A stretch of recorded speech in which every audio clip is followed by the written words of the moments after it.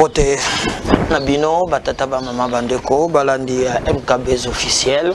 Topesi Bino Mbote, Bino Bozali Kolanda, Biso, Boponi chaîne Nabiso, comme chaîne y a référence. Merci. Nabaignon, Bazali ko partager ma mission Nabiso, na loba qui toujours que Nakoki ko Bosana Yango Ata Mokolo au mon côté. N'oubliez pas cette semaine notre méditation. Na pensé Oyo. Tous allez n'amboka moko na bato moko mitema mabe eleki ebele. Mais nous ne nous laissons pas emporter par le mal. Mais au contraire, dominons le mal par le bien. Oui. Donc, il y a une méchanceté moko gratuite. Méchanceté à ma bé. Na moyen de komoko ngana lobi o pese biso ata l'aide pese nini a komi makambo molai na suka pese ata enkate pona biko pourquoi zoko mamilai ndenge wana o ndenge nini olobelaki makambo ya ndenge batu ya IDPS bazana nini wana te soki olobi ndenge wana te tokolo soba kosunga d'abord nataki kutunyo natalika bato ko mamilai boy au sentir un intox na kati et puis ata un 4 ne bien ko pesa ata un 4 na yebaki. Ne nous laissons pas dominer par le mal, mais dominons le mal par le bien. Oui. Na kosenga binombo partager linga émission oyo soko za abonné te abonnez-vous hein, likez et okopesa biso makasi ya ko informer bino mikolo nyonso na kolobela na bino bande konanga makambo leki na est ba M23 bazongi lisusu yango bitombango ya est ango kamuna kanisa papa ngabisinga papa nangai totika na le kambo nanu wana to sola makambo mususu ba M23 pasi bazongi lisusu mais armée na biso tout bango mukato et puis si biso mutemba pasi toko solola na bino bande konangai na oyo ezotala vraiment embryo zo salema bamaki muntu moko confusion ezalaki moi mingi toko solola pe na bino tozokende wapi 2023 yango oyo ba force politique bazali ko sangana boyebi que les alliances et comme ko salema mais nous regrettons que beaucoup des alliances salami au nom il y a clivage purement tribal et ezali penza ko pesa motema pasi bolanda ki koma moyambo a lobeka ko trahir jamais Katumbi. Alors, bazana kati ya ko se regrouver au nom ya ba notable Katange pour être la plupart bazala derrière Moïse Katumbi Chabwe ba réunion de contact salami ebele même ba muso bazana gouvernement bazana tia ko contacter bango mais on attend voir ce que ça va donner. Alors vous partagez le lien beaucoup plus biso makasi toko solo na bino ba notable Katange bazali ko yokana te autour ya ba élection la plupart ya bato bazali ko beta ba calcul ba muso bazomo na lolenge nini bakoki ko sala na makambo ya élection candidat moko oyo bazali ko senga azala en place ba muso ba moni moyen ezalité donc nous allons voir autour ya likambo wana toko solo la alelo mais pour retenir quand même quelques principaux sujets. Félix Tshisekedi préside la 3e réunion du comité politique de pilotage du projet de développement des 145 territoires. Actualité Moussoussou, il faut retenir condamnation à mort d'un militaire de la garde républicaine auteur du meurtre d'un chauffeur de la famille Kimba Auguste. Toujours les actualités. Les professeurs des universités et instituts supérieurs décident de prolonger la grève sèche pour 21 jours. Justice.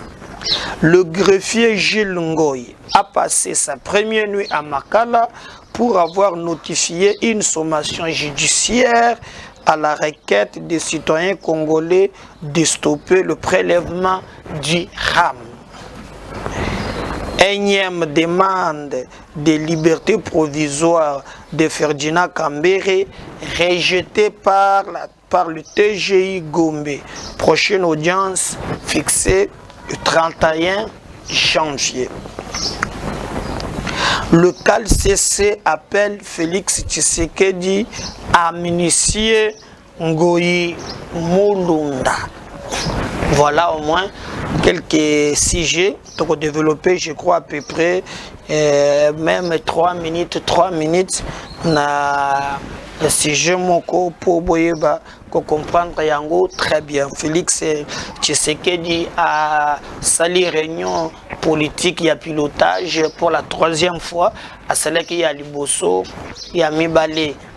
Premier ministre Sama Lukonde Azwaki Yango. 3e aujourd'hui, président de la République a piloté Yango Lisusu. Mais tout le monde qui peut ministre sectoriel Nakatiwana, le président a fallu tenir de près afin que le projet Oyo et réussir. Et que tous les feuilletons, il y a des projets et belé et posé qui ba problème, projet, chile, gelou, même chile dans mon pays, chile, j'ai une terre jaune. Hein? Derrick Kuna, je crois, de vous dans un quartier, mais la terre jaune, on a la question image moko, hein, oh, il y a avant et après, on est vraiment que moi, Ndambo, ils allaient quand même au Kotambo, la malam, donc tout le monde peut projet à 100 jours, Mboutou, on a ba caméra Jamal, moi connais toi, oui, moi connais jamais toi, oh, Badaïda, Banane, Bakotina, Katsukuna. Ils ont vraiment passé. Alors, toye comme on a lisusu bande konangai makambo mususu oyo toyebite awa le président yemoko azali ko piloter maintenant projet à 145 territoires. Je crois que le premier ministre Azaliwana comment bakosala tozali ko insister et comme te non FPI a lobaki ke ezalaki 14 c'était ezalaki D oh ezalaki cette fois-ci année préélectorale tolingi tomona eloko ya malunga oyo bokoki kosala pona ko remettre vraiment ba congolais surtout baza na fin fond ba sentir pe que non mboka oyo ezali mboka na bango et que ba na droit pe ya ko se retrouver katina yango. Président de la République a piloté yango tokanis ete lolenga zo kende makambo ekozala malamu et que nyo se ko kende très bien. Ba condamné à mort un militaire il y a garde républicaine. Garde républicaine condamné à mort parce que garde républicaine wana abumaki chauffeur moko ya bakimbangis. Chauffeur abimaki azaka pembeni wana côté ya papa mulimo Monsanto papa mulimo Monsanto ka pe na Gombe soki ko solokelo soki jangenda nazo yeba tende ba benga ka bango me kombo mususu yeba menza papa mulimo Monsanto nde chauffeur na ye abimaki kenda ko beta tout so bandiko ta apie otiki Saint-Esprit oye côté mususu nde na kozonga chauffeur ya papa mulimo Monsanto akotani na ba garde républicaine garde wana asengiye pesa chombo alors ye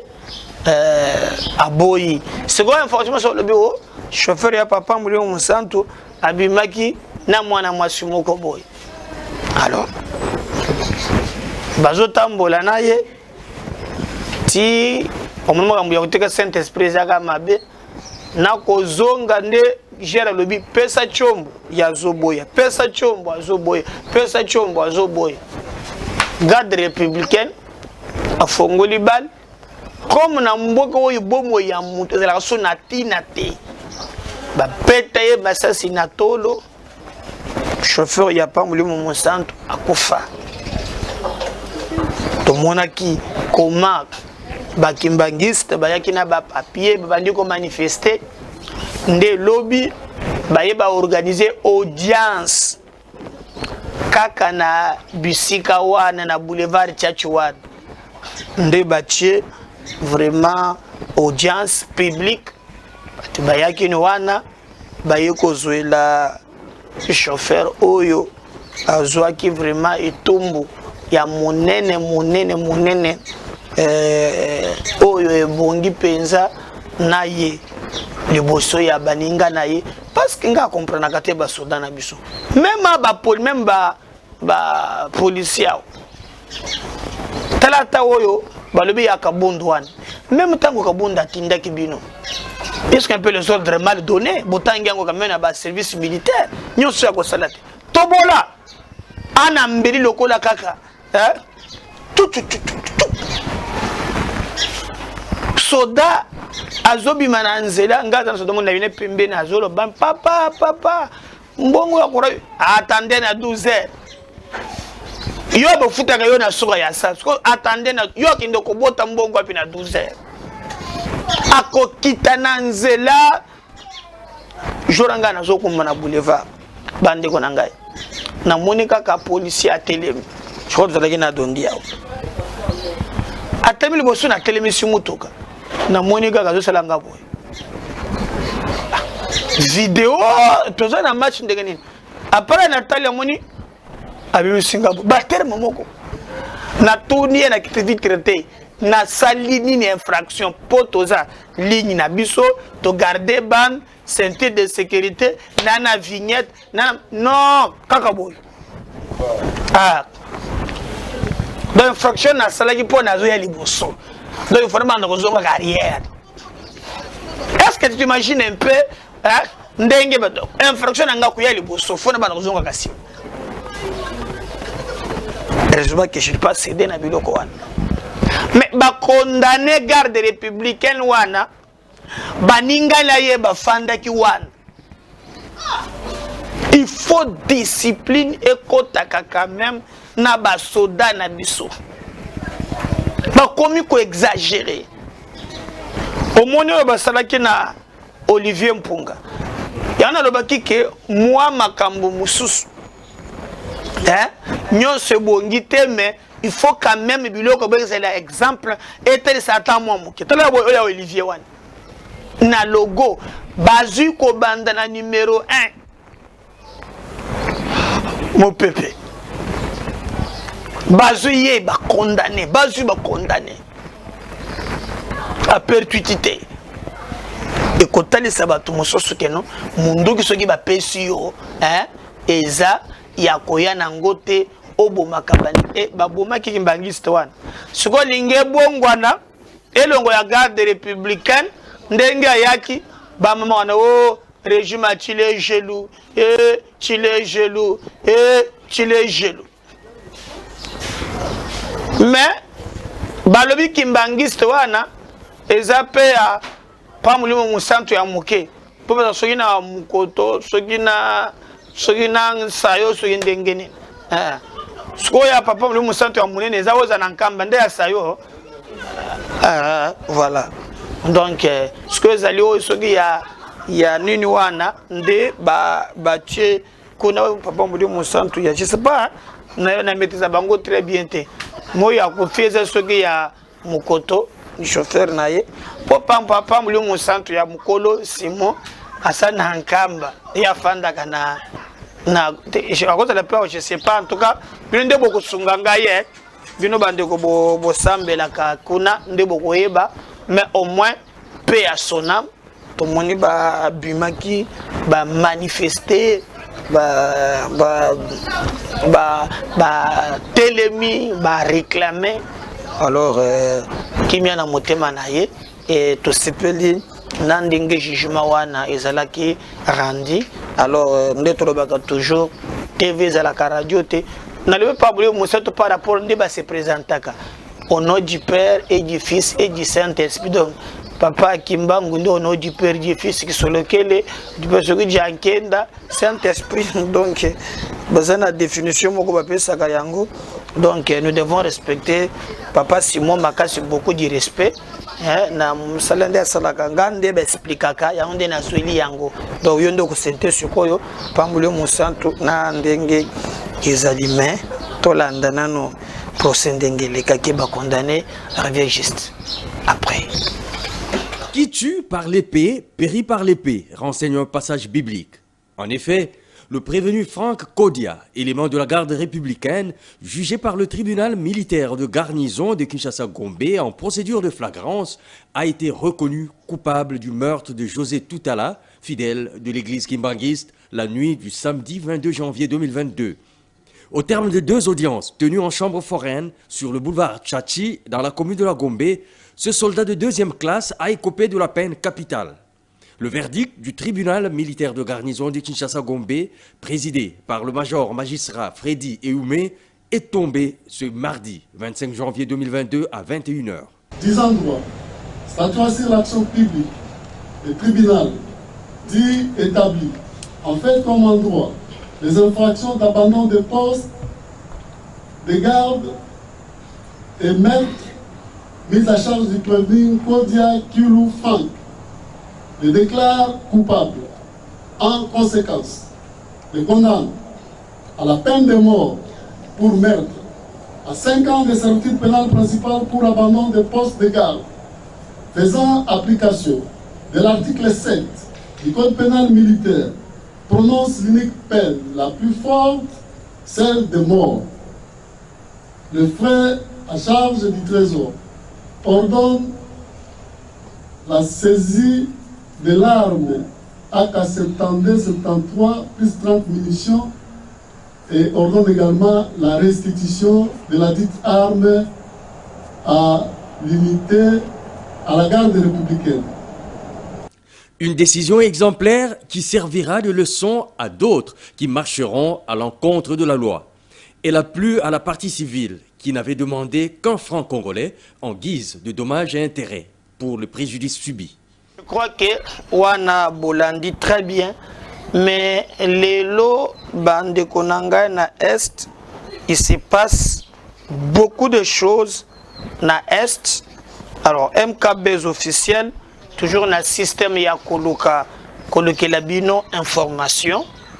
Tozi na correspondant na biso moko na Goma et le aza vraiment mutu ya kati. Mena kolinga nazobenga ye awa boyo kaye en direct azali na MKB officiel bozolanda ye ndeko na biso à partir ya Goma.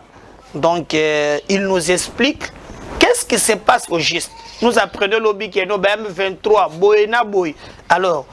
comme azali correspondant na biso sur place na Goma dans l'engebo landa ye to sorolana ye bozwa information. Ndeko bonjour. Bonjour ndeko, bonjour. Tozali malamu na lingi ba milliers ya ba congolais oyo bazolanda bazali ebele pas moins de 12 000 personnes bazolanda yo maintenant baza ba abonné la chaîne na biso pour expliquer biso zo passer en direct na MKB officiel ozali wapi précisément.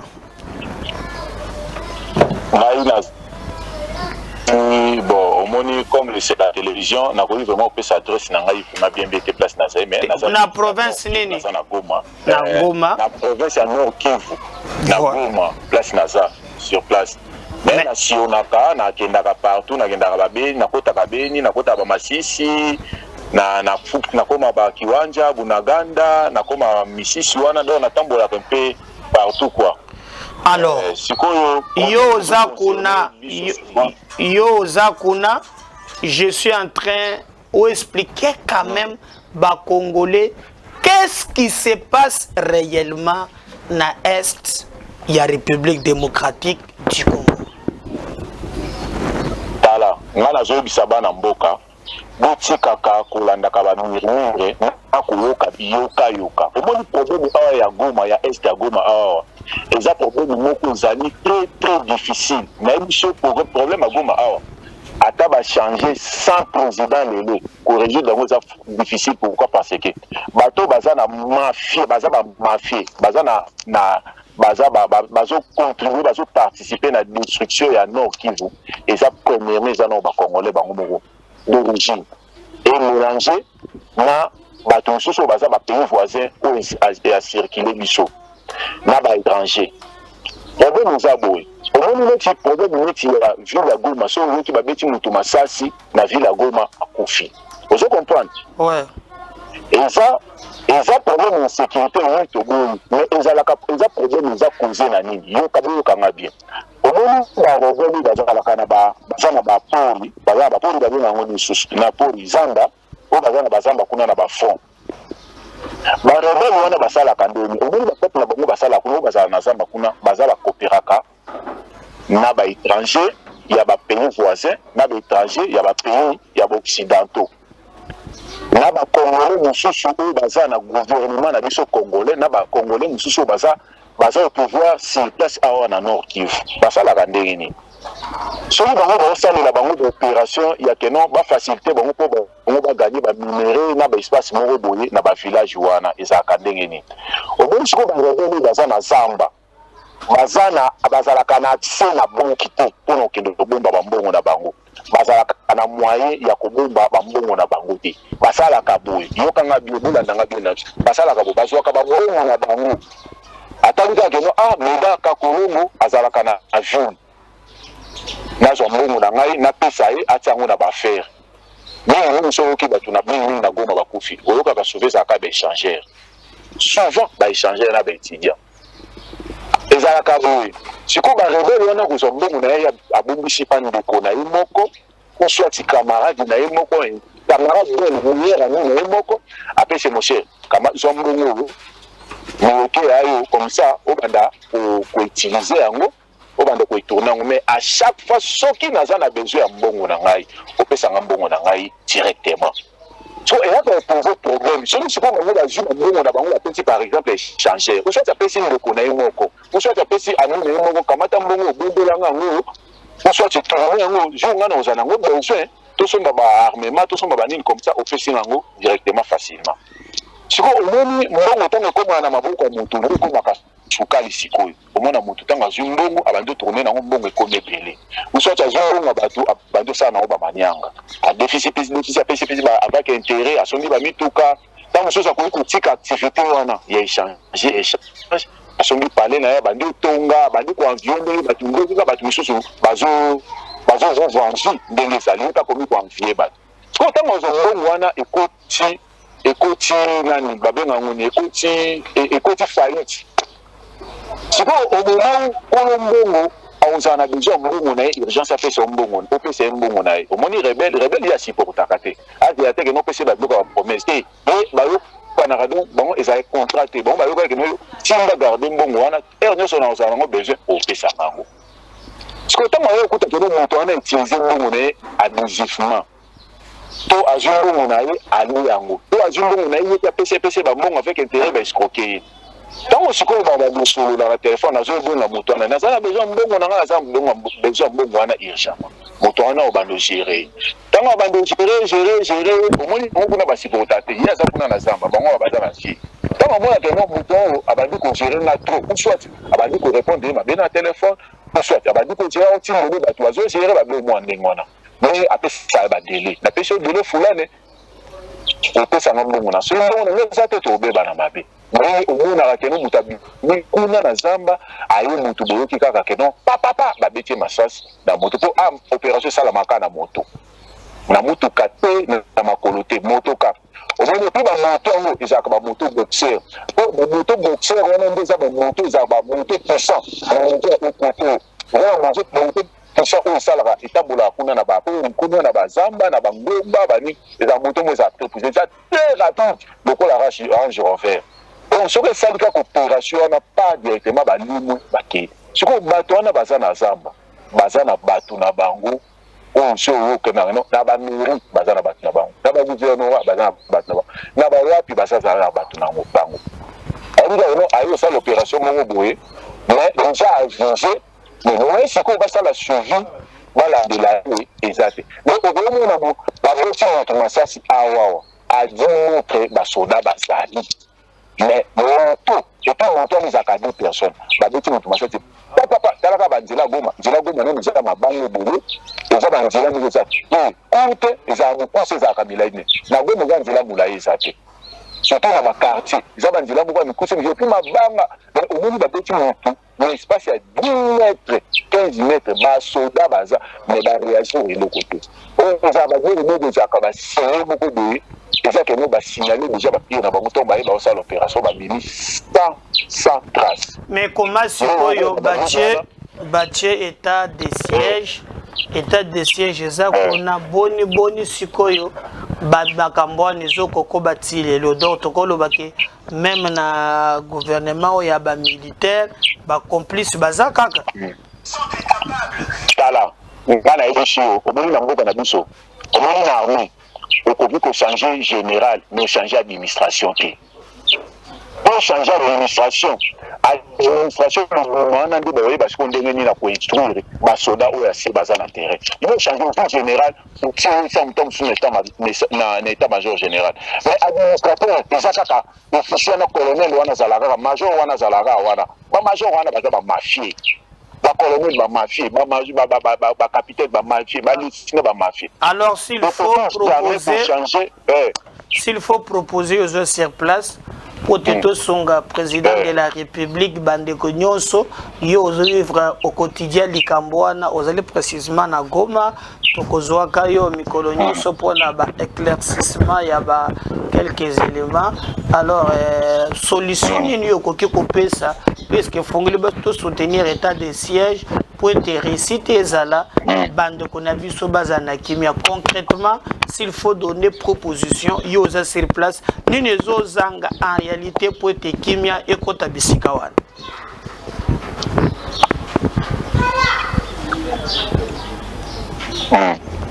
Bon, et nous avant d'abord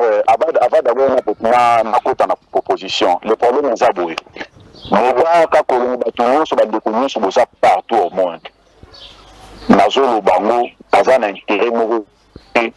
pour la présidente Tshisekedi et ça pour la mission sur les Congolais en général pour le cannabis. Mais le mission état de siège et ça n'a récité totalement. On a Nazoloba parce qu'il y a sur terrain. Tala. On a sentiment qu'on le battait. Tout le monde a dit à l'époque. Tala, et ça m'a envoyé une unité. Même si on est au souffle, bateau bazaza libanda kuna, bazaza musika ba souffle le voir bisoter. Vous comprenez? Même si on est au souffle, toujours continuer bon. Le moment où tout le monde s'est pourquoi parce que depuis l'état de siège ba moyo ozala ki na est vraiment la société. Nazana intérêt et ça mutu nazo ba mutu ngo ta opesa ngam mutu pe. Vraiment ça un match total. Bablo kwana zo kana ba bete ki mutu masa ces années. Bablo kwana se pesa partout dans le monde. Awa ezaka ranking ozana ranking na mutu. Oye ba keno obeto masa sport na banda kunyoso presque na goma awa. Majorité au monde sur les zana parcelle 70 parcelles bazana ba rebelle bazala kawana. Bazala kana zamba ba mindu ko na bango tikala sekala pa na bango bakunda wana. Soka l'opération na ville na arme kuna na samba yalika na ona ba barrière te ayaka kozwa arme nae awe para bango a kunchi na terre sa opération nae abombi arme nae azongi na samba kuna sans trace. Mais bato bazo couvre continuer kaka kokufa état de siège changer le comme côté mais yo quand même aux autres basir place que non en tout cas amélioration ezali net na bazone mususu sur la politique au moment où tata ba ba lucha wana ce qui est très important la province jamais va marcher vous comprenez ce que la lucha ba dit qu'on marcher ba bloco ya que non ba bomaki mutu et ça parmi ba lucha na ba mafia na bazana kati et donc le n'existe pas au Congo surtout en Nord Kivu nazolo banano avec tu vois que parce que nous sommes membre de la parti politique. Nous sommes membre baza la société civile te bakosa abino te baza bamembre ba parti politique basalisa nani este niloko te baboko eza importe ya keno lucha koki komarché nango mpona kotrouva solution fulani basala yango te bagouverner basala bagouverner civil bandosala babavira chaque jour bamonte banani bagénéraux baosala babavira chaque jour baza marchake baozelia bazali na badgda babavira ndosala mabele na badgm na banini babuti atikala marché te babuti azomarché